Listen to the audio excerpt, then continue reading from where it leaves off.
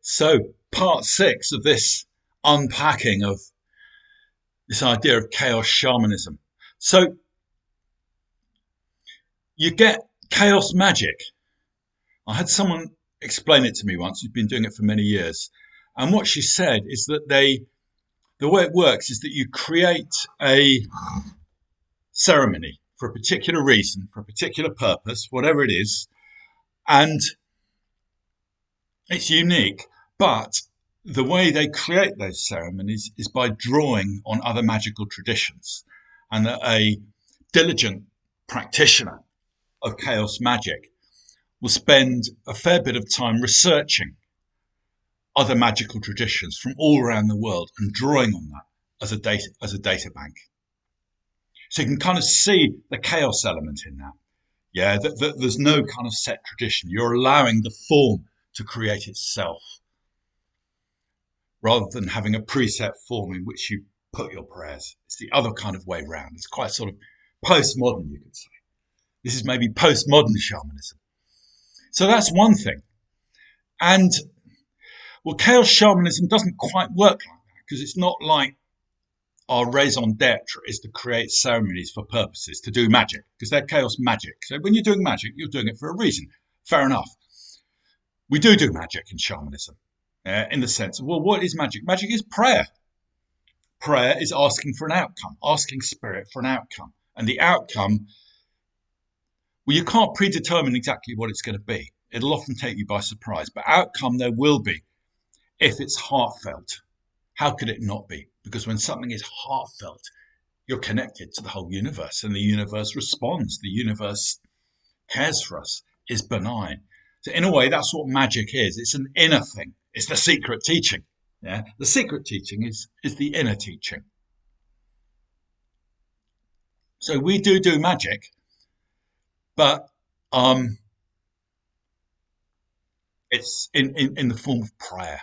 Yeah, in the form of beginning with gratitude and then asking. So there's one comparison point. The other comparison point with this chaos shamanism is, well, what's our context? Here we are, high and dry, in a society that in many ways has lost its roots with that indigeneity, yeah, that connection to the natural world, that connection to the element, that soulful connection to the natural world, yeah, and everything that comes out of that. And we're trying to recreate it. And we're in a great position because we've got the whole world to draw on. We've got indigenous traditions from all around the world to draw on and to use and to be inspired by. And that for me parallels the Buddhism I was involved with when I was my misspent youth. That's a joke. In my 20s and 30s. That was Buddhist. And the teacher, that was his idea. He said, well, we'll take the essence of Buddhism, because he'd spent 20 years or so in the East practicing various traditional forms. We'll take the essence of Buddhism and we'll re-express it in a form that's relevant to modern society and use those traditions as and where, but we're not committed to any kind of one school. It's all fair and good. It's a great idea. I mean, his trouble was that he started it far too early. He hadn't really done his own inner work. Yeah, he's one of these people who, had a sort of insight at a very young age and kind of identified with that and kind of remained the same. And he did have something, but the inner work hadn't been done. That demolition that happens to you, that revolutionizes you, that changes the way you see everything. It's like, well, that was 10 years ago. Now I'm saying this, and this is how I see the world now. And it's that kind of demolition out of which we're initiated, out of which something new is reborn. And it's that is the essence. That is the essence of spirituality. That is the essence of shamanism. Yeah, it's an inner thing. And that's what chaos shamanism is about. It's about an attunement to that inner thing and doing whatever practices will support that. So it's the kind of same idea as my Buddhist teacher had, but it's based on, he was in his early 40s when he started doing it. I'm in my mid 60s. I've had more time just to be at that coalface and in a way develop more humility.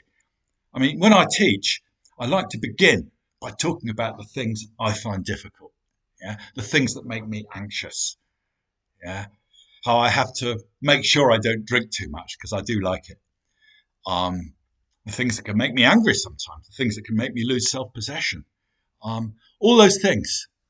Um, I like to talk about them because it keeps me on a level, keeps me on the same level as you, because we are all the same.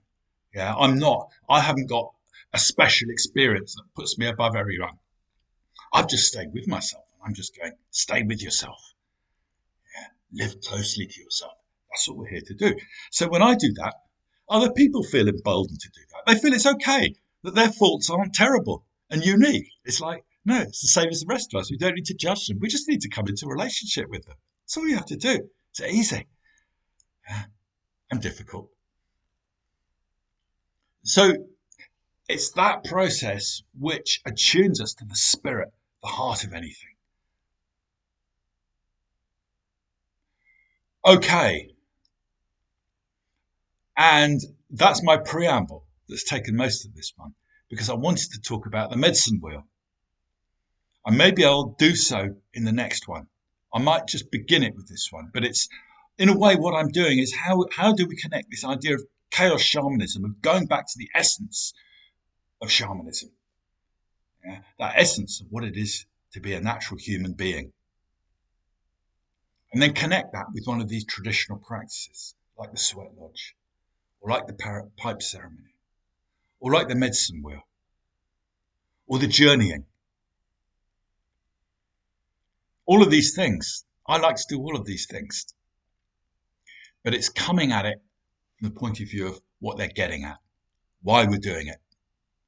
That's what chaos shamanism, or just shamanism, the essence of shamanism. I mean, in Buddhism, you get the secret teachings, yeah, the transmission. Yeah. And I think something can be transmitted from person to person, from spirit to spirit. But it's not in words. It's not in forms. It's more like being around that person. I went to a shamanic initiation, an online one. It was a 3-part course, and it was into some sort of feminine goddess. And I lasted the first one, yeah. But he was recounting the traditional ways they work, which is great, but it's not for us. Yeah. But I felt I got it after the first one. I felt I picked up something out of him. Something in him was in me. So that's the transmission. You just need to be open to it. And this other kind of thing happens.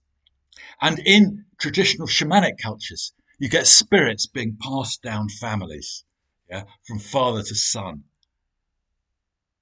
And I think it's got something of that nature. Yeah. There's a special feeling. Do you know how you get that with people who've got that? Particularly shamanism from the point of view of that kind of inner energy spirit work, which people try and make the whole of shamanism, but it's not. I mean, even academics are divided on that. Some use it in that narrower way, some use it in the broader way to mean the whole indigenous inheritance, and that's how I use it. Um, but yeah, particularly that inner energy work. Yeah, people who work in that sort of way, you can feel, oh, I've got a connection here. Yeah. Or not even that way either. I feel that with Native American stuff, it somehow seems to come my way. I'm not going to big it up, but somehow there's a spirit connection there. So there's that kind of transmission as well. And that's very much the plane that I'm talking about. Yeah. And all these other practices are a support to that inner kind of knowing, that inner connection. It's quite special. It's quite alive. It's got a fantastic taste to it. It's like ambrosia. It's like honey. And it's always a mystery, but we can't resist it. We know we're meant to be around that. It has that deeper kind of thing in it. And I think Tibetan Buddhism can have that. And shamanism has that.